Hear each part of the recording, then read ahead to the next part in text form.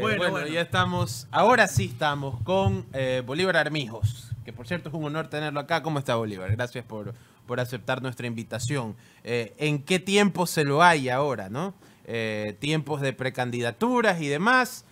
¿Ya confirma que va a participar? Bueno, primero gracias por la invitación. Hemos estado recorriendo el país, no hemos parado. Lo que pasa es que cambié de número telefónico, por eso muchas personas no me localizaban. Y yo paso mucho en territorio, recorriendo provincias, conversando con nuestros compañeros, expresidentes y líderes de las CONAGOPARE de todo el país, que es mi base social. Me he reunido con varios candidatos, precandidatos presidenciales, alcaldes, exalcaldes, exprefectos.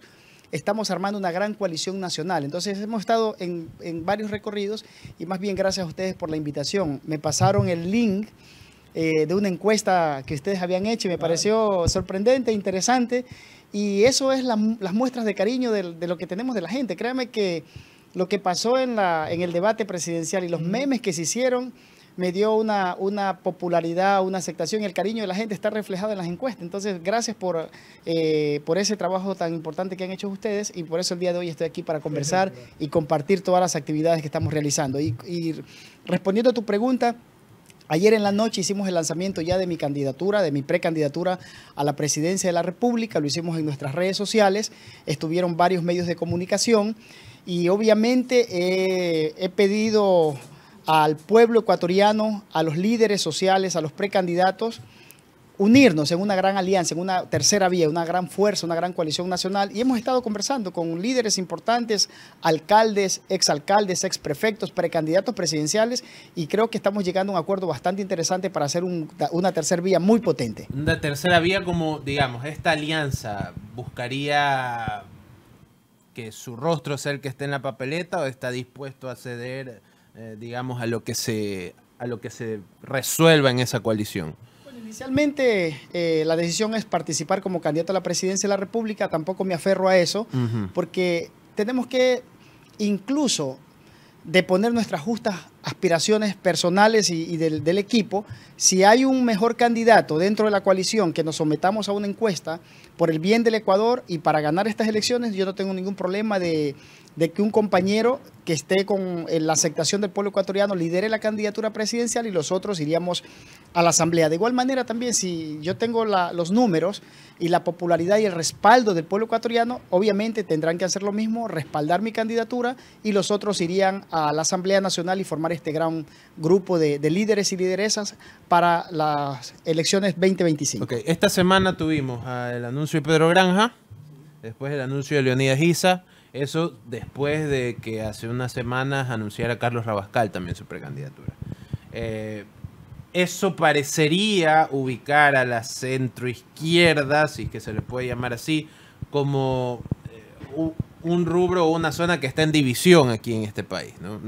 No parece que estuvieran muy aliados, parece que buscarían como pulverizar el voto, porque son personajes que podrían hacer un conglomerado un poco más sólido.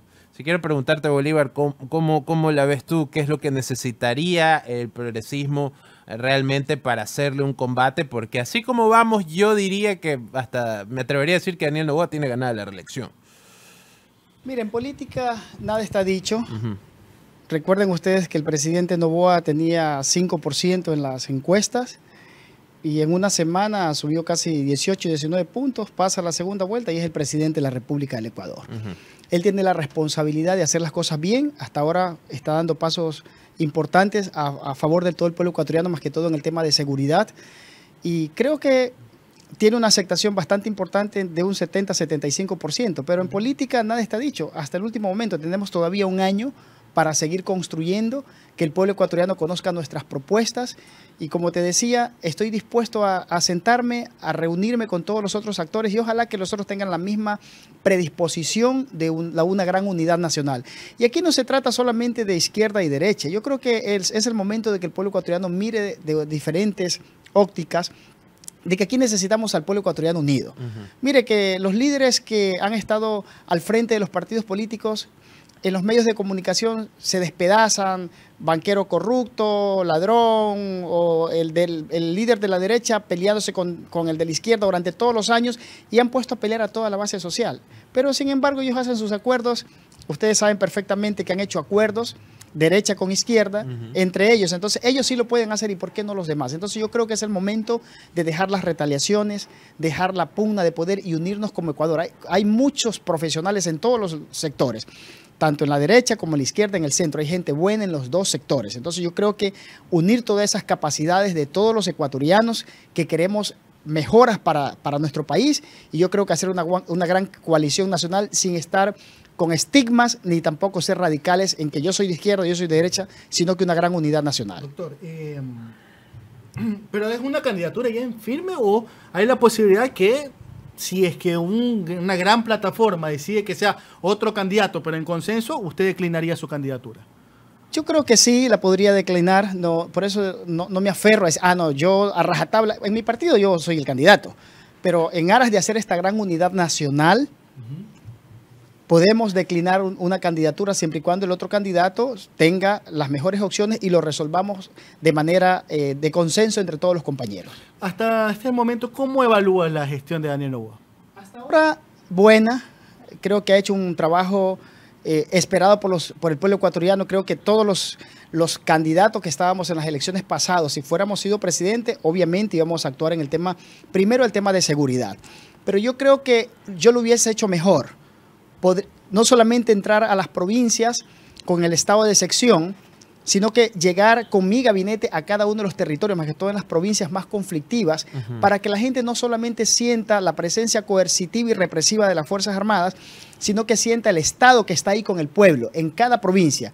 Invitar a los líderes, a las autoridades de cada provincia, a los alcaldes, prefectos, juntas parroquiales, gobernadores y sociedad civil, a decirle, aquí está el Estado, aquí está mi gobierno, no solamente venimos con las Fuerzas Armadas, sino que también venimos con recursos económicos para los alcaldes, prefectos, que se pongan al día, que se empiece la obra pública y se empiece a dinamizar y que la gente sienta la presencia de un gobierno y del Estado. Claro, pero el ministerio dice que no hay dinero para eso, que no hay recursos para eso. Mire, yo creo... Es más, no sé si ya habrán pagado nómina, pero estaban teniendo problemas hasta para eso. Bueno, entiendo que han pagado un mes, siguen debiendo sueldos y salarios.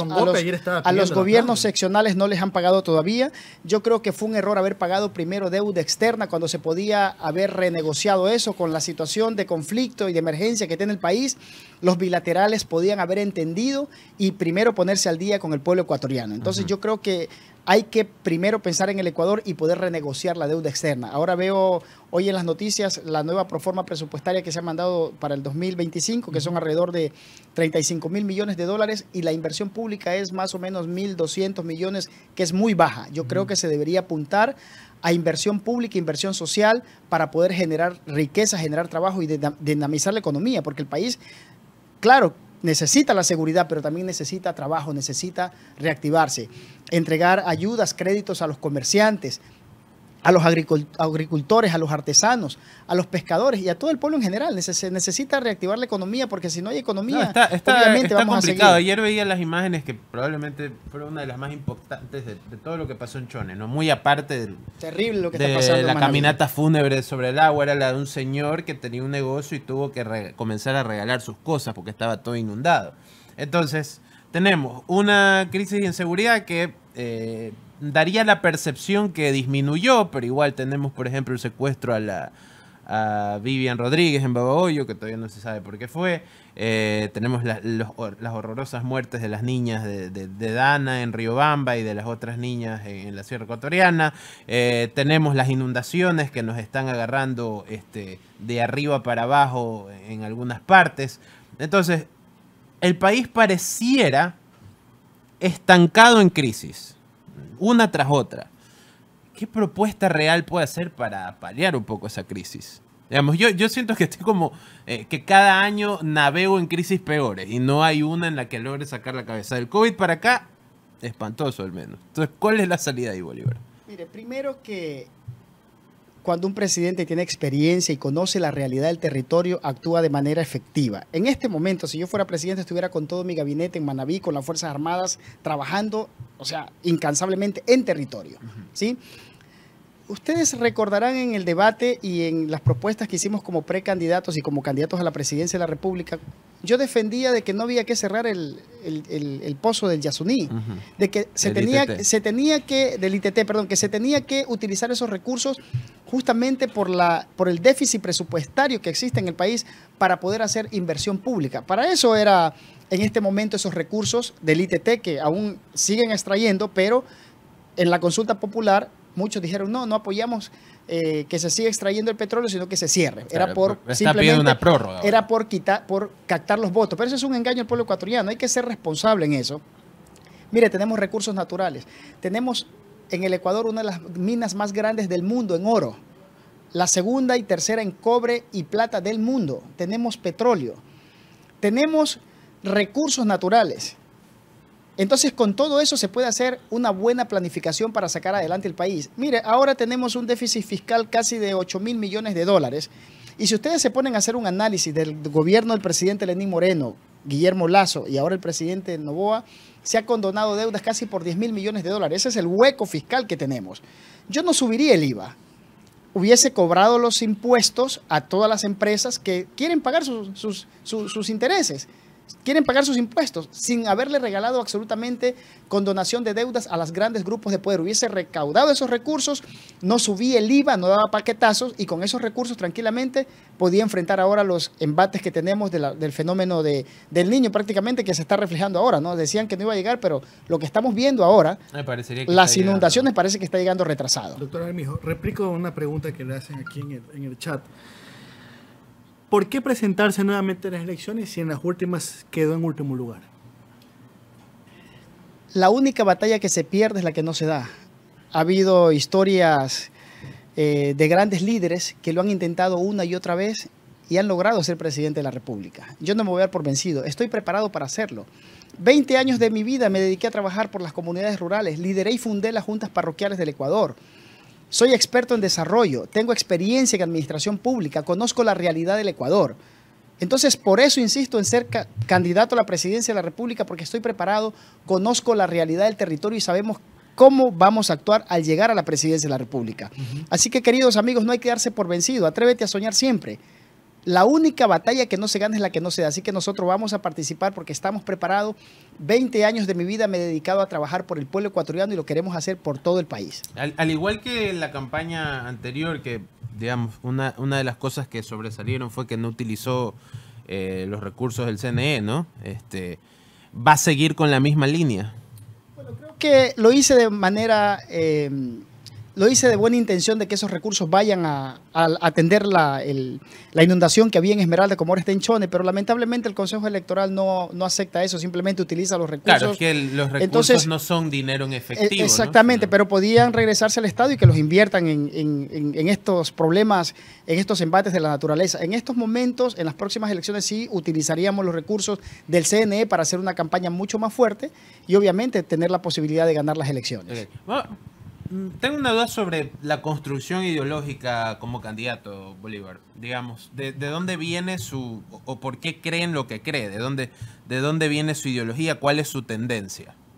Bueno, yo soy un hombre de izquierda, pero no soy un hombre de izquierda radical. Soy un hombre de diálogo, soy un hombre de empresa también. Me preguntaba ese día, decía Omar Jaén, ¿de qué vive Bolívar Armijo? ¿Qué estará haciendo? Yo soy un empresario palmicultor, me dedico a los negocios de bienes raíces, 25 años. Todas las grandes plantaciones de palma africana que están en San Lorenzo, yo he comprado y vendido para los grandes empresarios quiteños que son mis amigos.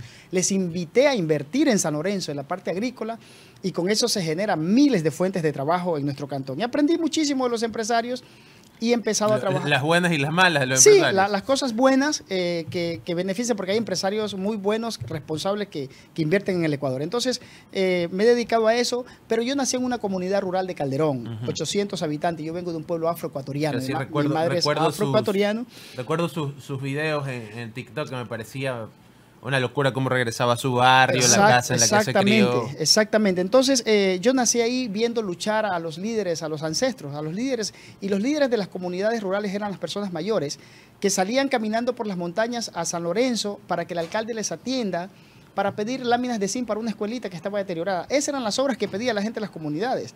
Pero salían por las montañas o por los ríos 2 o 3 días para llegar al cantón. y a veces ni siquiera los alcaldes los atendían.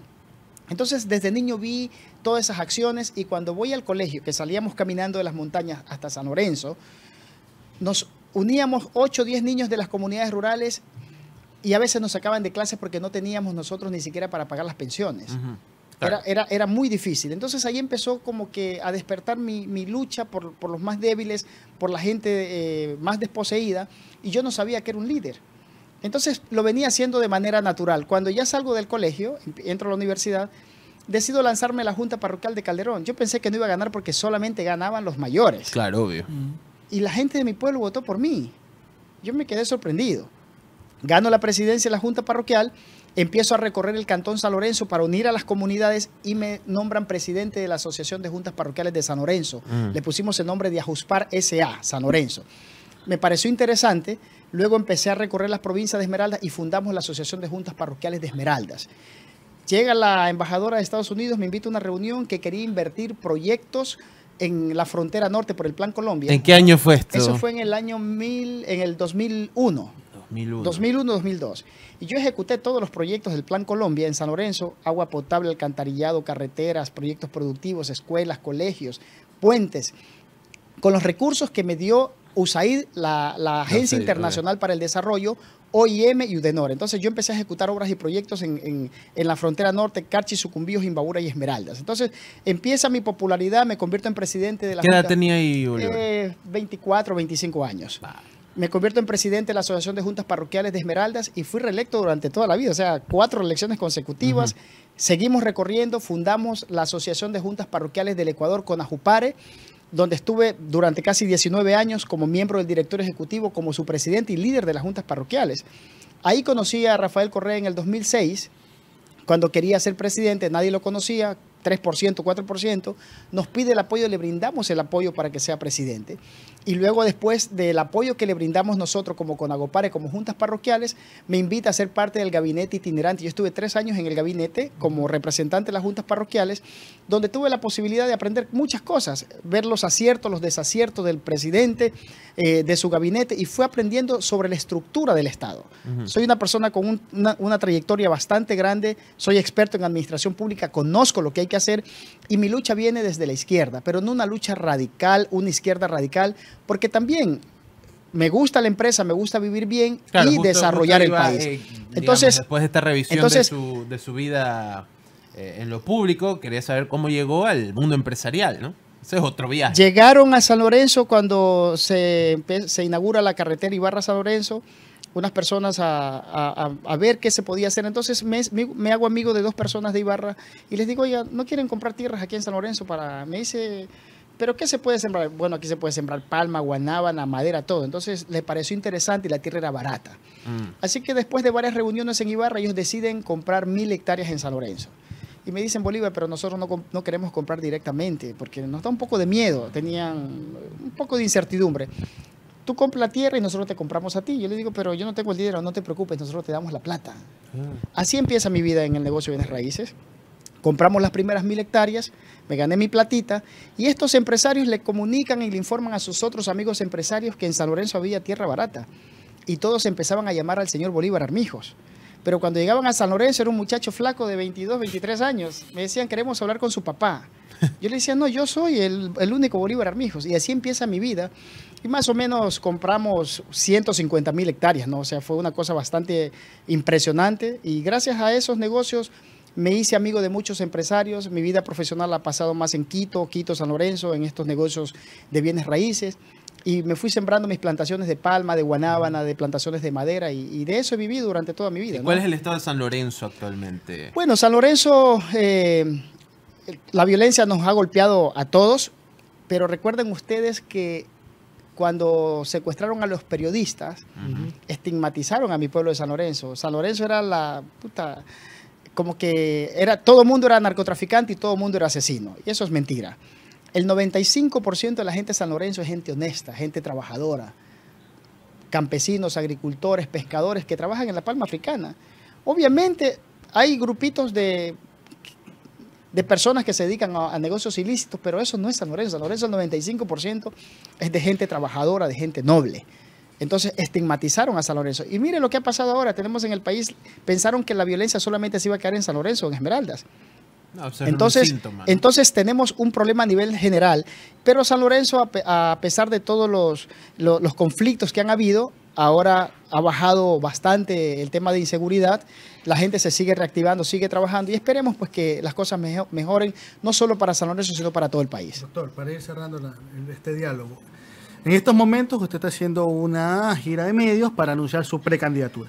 ¿Cuál es el siguiente paso en este largo proceso? Porque aquí todavía recién arrancamos el periodo electoral, ahí viene internas, inscripciones y todo. ¿Cuál sería el siguiente paso dentro de sus planes? Bueno, ahora tengo varias reuniones, entrevistas y me faltan todavía 2 reuniones políticas muy importantes. El día de mañana estoy invitado a un evento con varios líderes de organizaciones sociales en Manabí. Tengo entrevistas, ruedas de prensa. La próxima semana también estoy invitado a varios eventos en la Amazonía. Se van a reunir los expresidentes de todas las CONAGOPARES, mis compañeros que me conocen. Me han invitado a un evento en Pastaza, voy a estar con ellos en una reunión que también se quieren sumar ya a este proceso, organizarnos con anticipación, porque las elecciones pasadas nos agarraron a la carrera todos, nos agarraron desprevenidos. Entonces estamos recorriendo el país para ver cuáles son nuestros posibles cuadros a la asamblea, ir organizando las directivas. También vamos a empezar a dar conferencias en varias universidades, en varios sectores, recorriendo el país, haciendo conocer nuestra propuesta. Y obviamente, a la par de esto, en las conversaciones que estamos manteniendo con los otros líderes políticos, ir organizando esta gran alianza nacional. Si se logra conseguir esta gran alianza nacional, esta coalición nacional, obviamente tenemos que someternos a una encuesta entre todos los precandidatos y quien esté en mejores condiciones en su momento, pues va a liderar la candidatura. Si eso no funciona, obviamente participaré a la candidatura presidencial con mi propia estructura y con los compañeros Movimiento que van... Amigo. Movimiento Amigo y también con otras organizaciones sociales y partidos locales que se están uniendo, ¿no? Pero, ¿cuándo usted estima que podría ya tener definido esto? Mire, ¿Quizás para mayo? Yo creo que esto se puede ya definir en unos 3 meses, ya estar concreta la alianza, porque no podemos demorarnos mucho, porque todo el mundo también se está organizando, está viendo sus cuadros. Yo creo que máximo en unos 3 meses estará organizada esta gran coalición nacional. Si funciona, pues sería el éxito, una opción para bastante fuerte a la presidencia de la República. Pero yo quería, antes de terminar, que me comenten un poco sobre la encuesta que ustedes hicieron en diciembre. ¿Cuántas personas participaron? ¿Cómo sacaron esos datos? A ver, el año pasado fue los premios Outsiders, fue la primera edición. Entonces, una de las cosas que más nos gustaba hacer en este programa, por cierto, era agarrar momentos de la política ecuatoriana y preguntarle a la gente, ¿qué les pareció esto? Entonces, creamos una categoría que se llama Outsidercito del Año, como para ver ese personaje que no teníamos en el radar y que de pronto nos sorprendió, apareció. Entonces, la gente votó por Bolívar Armijos, como el personaje que no lo tenía en el radar, pero vieron que estaba como... Pero ahora, doctor, usted tiene que estar consciente que usted se volvió un meme a partir del debate. Pero en sus aspiraciones presidenciales usted tiene que saltar del meme al candidato. ¿Cómo lo va a hacer? Por ejemplo, aquí hay muchas personas. ¿Cómo se va a preparar para el nuevo debate presidencial? Bueno, yo estaba preparado para el debate. Lo que pasa es que si te dan 15 segundos para responder y te interrumpen... Porque, por ejemplo, miren, le voy a leer un mensaje. Miren, en el debate Bolívar Armijos podía hacer los pedazos en la contrarréplica Novoa. Cuando Armijos preguntó sobre la descentralización de los gobiernos seccionales y Novoa responde que son los gobernadores. Mire, el pueblo ecuatoriano tiene que estar seguro, y ustedes que han estado en los medios, que conocen más o menos la trayectoria de cada uno de los candidatos o precandidatos, los políticos, se pueden dar cuenta qué capacidad tiene cada uno.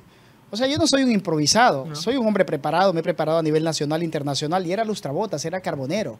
Era el hijo de la cocinera, el niño que sacaban de clase porque no tenía para pagar las pensiones. Usted es todo lo opuesto a Daniel Noboa. Exactamente. Pero imagínense lo importante de esto.